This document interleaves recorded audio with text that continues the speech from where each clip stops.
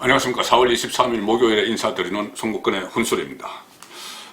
조금 전에 충격적인 소식이 하나 들려왔죠. 오거돈 부산시장, 우리나라 제2의 도시 부산시의 오거돈 시장, 더불어민주당 소속입니다. 오거돈 부산시장이 전격 사퇴를 선언을 했습니다. 시장직에서. 사퇴 이유에 대해서 오거돈 시장이 이렇게 설명을 했습니다. 저는 한 사람과 5분 정도의 짧은 면담 과정에서 불필요한 신체 접촉을 했다, 이렇게 고백을 했습니다. 이제 강제 추행으로 볼 수 있는 불필요한 신체 접촉을 했기 때문에 그 책임을 지겠다, 이렇게 하면서 부산시장 사퇴 선언을 했죠. 아마 이 성추행 사건은 오 시장이 직접 이야기하지는 않았지만은 취재 결과를 보면은 한 20일 전에 있었던 사건이라고 합니다. 집무실에서, 시장 집무실에서. 피해자는 오거돈 2018년 지방선거 때 오거돈 후보 선거 캠프에 있었던 20대 여성, 지금은 아마 부산에서 정책부자관으로 근무를 하고 있는 것 같습니다. 20대 여성이고 20대 여성이 성추행을 당하고 나서 변호사를 통해서 서로 상의를 해서 오거돈 시장에게 일단 시한을 딱 정해주고 그때까지 부산시장직에서 사퇴를 하라, 이렇게 요구를 했다고 합니다. 일단 부산시장 선거, 부산시장으로서 자격이 없기 때문에 우선 부산시장에서 내려와라, 이렇게 이야기를 한 것이겠죠. 아마 다음에 또 다른 추가적인 조치가 취해질지도 모르겠습니다. 그렇기 때문에 오거돈 시장이 뭔가 또 다른 일들이 있으니 전격적으로 사퇴를 선언을 했겠죠. 오거돈 시장 거취에 대해서는 그동안 건강 이상설 같은 것이 있었는데 전혀 그것이 아니고 성추행 사건이었습니다. 자, 오거돈 시장, 아직은 시장이라고 불러야 되겠죠. 오거돈 시장은 또 다른 부산의 노무현이다, 이렇게 불렸던 인물입니다. 부산시장 선거에 계속 떨어지면서 3전 4기 만에 2018년에 부산시장이 됐죠. 진보진영 후보로 계속 출마를 했습니다.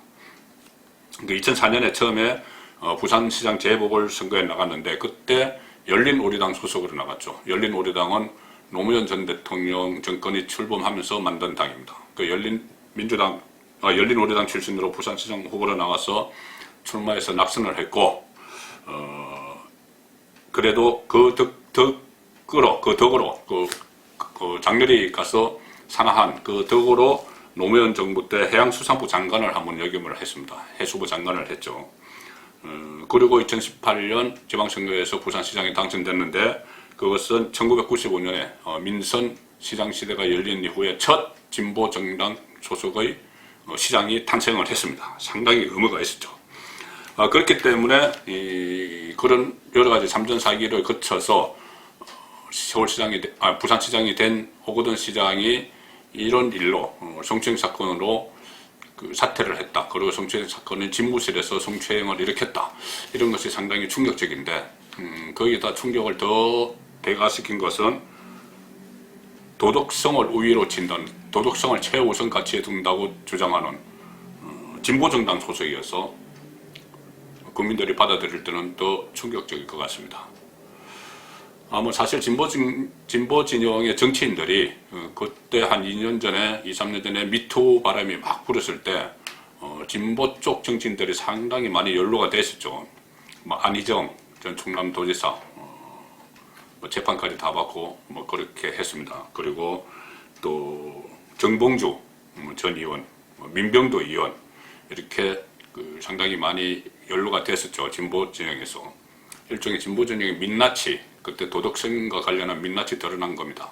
이번 총선을 앞두고도 김남국, 지금 당선자 김남국 후보가 성인용 팟캐스트에서 음란한 말을 진행자들과 막 주고받은 그런 일이 있었죠. 그런 일이 있었는데 그 일이 사전투표가 실시된 이후라서 별 영향을 미치지 않아서 당선됐다, 그런 분석도 나오고 있습니다. 이렇게 줄줄이 진보의 민낯이 드러나는데, 물론 이것은 좀 다른 성격은 다른 것이기는 하지만, 이것은 성추행 문제이긴 하지만은 진보의 도덕성, 또 정의가 사라진 진보, 그 원조는 조국이죠. 조국 전 법무부 장관입니다. 자, 조국 전 법무부 장관 그 조국 사태가 아직 끝난 것이 아닙니다. 지금 새로운 시작입니다. 물론 뭐 다른 것은 놔두고 조국 일가의 입시 비리 같은 것, 또 웅동학원 그 비리 의혹, 이 의혹들은 지금 선거가 끝나고 나서 재판이 본격적으로 시작이 됐습니다. 검찰 수사에서 기소가 됐죠. 선거 전에 기소가 됐고 지금 이제 재판이 본격적으로 시작이 됐는데 이 조국과 오거돈 이 두 사람은 부산의 진보라는 공통점이 있죠. 부산 출신, 조국 씨도 부산 출신입니다. 이 부산은 노무현, 문재인 정권의 지역적 기반입니다. 지역적 기반인데 이것에 뿌리를 갖고 있는 조국에 의해서 오거돈 시장이 그런 성추행 사건을 일으킨 것이고 조국 씨와 관련한 지금 재판들이 진행이 되고 있는데 조국의 민낯이 이 재판 과정에서 다시 드러나고 있습니다. 검찰 수사를 할 때는 검찰 수사가 뭐 검찰 개혁에 저항하기 위해서 강압 수사를 했다, 깨맞추기 수사를 했다, 뭐 검찰의 일방적인 주장이다 이런 이야기들이 있었는데 지금 재판이 진행이 되면서 전혀 이 검찰과 관련 없는 정치와 전혀 관련 없는 학자들, 교수들, 뭐 또 어떤 회사원들, 대학원생 이런 사람들이 조국 일가의 아주 불리한 증언들을 하고 있습니다. 민낯을 그대로 드러내는 증언을 하고 있는 것이죠. 일종의 양심선언을 저는 재판에서 지금 하고 있다. 그렇게도 보고 있습니다. 앞으로 조국 씨와 관련한 이 재판이 상당히 많이 남았는데 이런 양심선언이 속출하지 않겠느냐. 그렇게 한번 전망을 해봅니다.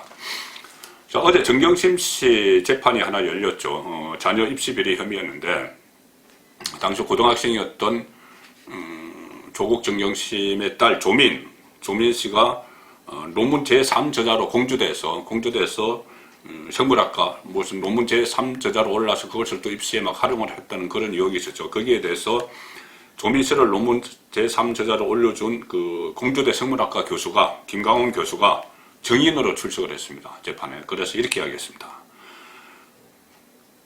전혀 기여한 바 없는 조민 씨를 올려준 건 입시 스펙을 위한 것이었다. 정경심 교수의 부탁을 거절하지 못한 것을 후회하고 있다. 이렇게 이야기했습니다. 실제로 한 일이 없는데 입시 스펙을 위해서 올려줬다는 그 제3저자로 올려줬다는 것이죠. 정경심 교수, 동창입니다. 이 교수와. 정경심 교수의 부탁을 거절하지 못한 것을 후회하고 있다. 이렇게 했습니다. 이 부분에 대해서 조국 전 장관이 뭐라고 했었냐면은 작년 8월 달에 이 의혹이 불거졌을 때 이렇게 이야기했습니다. 공주대 생명공학연구소에서 조류 배양과 학회 발표 준비 등 연구실 인턴을 하고 적극성을 인정받아 국제조류학회의 공동 발표자로 추천됐다. 그래서 일본까지 갔다 왔다. 이렇게 장황하게 이야기를 했습니다. 뭐 적극성을 인정받았어.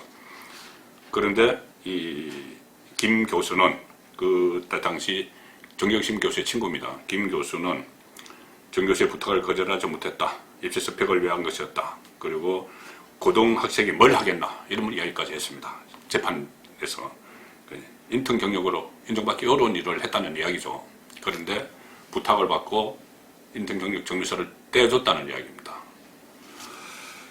그 앞에 또 공판이 있었는데 그 키스트 그 한국과학기술연구원에서도 뭐 3주를 했다고 조민 씨 쪽이 주장을 하고 조국 장관도 강하게 주장을 했죠. 그런데 이 공판에 또 정인으로 나온 그 이광열 전 키스트 기술정책연구소장, 여기도 정경심 교수와 지인이죠. 이렇게 이야기했습니다. 이광열 전 연구소장은 정경심 교수 얘기를 믿고 3주라고 써줬는데, 인턴을 3주 했다고 써줬는데 지금 와서 보니 그게 아닐 수도 있다는 것을 알고 결국 그렇게 속았다고 느꼈다. 이렇게 이야기했습니다. 그리고 제가 작성해준 서류는 공식 연수 증명서가 아니라 학생에 대해 소개하는 추천서로 개인적 사안에 불과하다. 자, 이렇게 증언들을 했습니다. 그런데 이것을 조국, 정경심 이 두 사람은 그동안 계속 정당한 활동을 하고 받은 뭐 수료증이고 증명서다 이렇게 주장을 해왔습니다. 또 하나 있습니다. 많이 보도가 됐지만은 조국 씨 자택 그리고 정경심 교수의 동양대 연구실에서 PC를 반출을 했을 때 정경미를 위해서 같이 도와줬던 재산 관리인이 있었죠. 그 김모 씨, 그 재산관리인도 재판에 나와서 이 재산관리는 재판을 받고 있습니다. 재판에 나와서 검찰이 제기한 모든 공소사실을 다 인정했습니다. 공소사실을 모두 인정했습니다. 그래서 뭐 자료 삭제나 훼손하지 않았다고 주장을 하고 있지만 조국 정경심 씨는 그것을 도와준 사람이 자료 삭제했다고 인정을 하고 있습니다. 이렇게 조국 일가의 민낯이 다시 재판을 통해서 속속 드러나고 있는 그런 상황에서 오거돈의 그 사건이 터진 겁니다. 그런데 다만 그 조국 사건의 또 다른 관련자가 한 사람이 있죠. 최강욱 전 청와대 공직기강 비서관, 지금 국회의원 당선자. 최강욱 씨는 그 허위 인턴 증명서 본인이 근무하던 로펌의 조국 씨 아들의 허위 인턴 증명서를 발급해줬다는 의혹으로 지금 기소가 돼 있죠. 근데 그거 외에도 여러 가지 의혹이 쏟아지고 있습니다. 공직기강 비서관으로 있으면서 친동생이 운영하는 회사의 비상장 주식, 이것을 백지 신탁하거나 처분해야 되는데 그것을 계속 보유하고 있었다는 의혹. 그래서 이 공직자윤리법 위반으로 고발당했습니다. 그 다음에 뇌물공여죄로도 고발을 당했습니다. 이 뇌물공여는 뭐냐 하면 이 조국 민정수석 시절에 청와대 그 밑에 있는 공직기강 비서관이 됐는데, 그때 그 전에 그 조국 씨의 아들에게 허위 인턴 증명서를 발급해준 그 대가로 자리를 받아간 거 아니냐. 그러니까 그것을 뇌물로 보고 시민단체가 고발을 했습니다. 이런 일들이 막 있는데 최강욱 씨는 오히려 지금 큰 소리를 치고 있습니다. 세상이 바뀌었다, 갚아주겠다, 이렇게 큰 소리를 오히려 치고 있는, 이것도 또 하나의 진보의 민낯이죠. 본인의 어떤 잘못에 대해서 전혀 잘못했다고 느끼지 못하는, 인정하지 않는, 그리고 오히려 큰 소리치는, 우리가 다수당이 됐으니까 갚아주겠다, 검찰을 향해서, 언론을 향해서 그렇게 거의 협박조로 이야기를 하고 있습니다. 그것도 저는 진보의 또 다른 민낯이라고 생각을 합니다. 결국 총선에서는 진보 정당이 압승을 했지만 이 진보 정권 주변의 정의, 도덕성, 이런 것이 지금 다 무너지고 있고, 그것이 하나씩 국민들 앞에 드러나고 있습니다. 그래서 그 진보의 정의는 무너지면서 대신 그들만의 새로운 기득권을 지금 착착 쌓고 있다, 그런 느낌을 지울 수가 없습니다. 오늘 오거돈 부산시장의 전격 사퇴를 보면서, 또 어제 있었던 조국 일가의 재판을 보면서 느낀 심정입니다. 정권의 혼술이었습니다.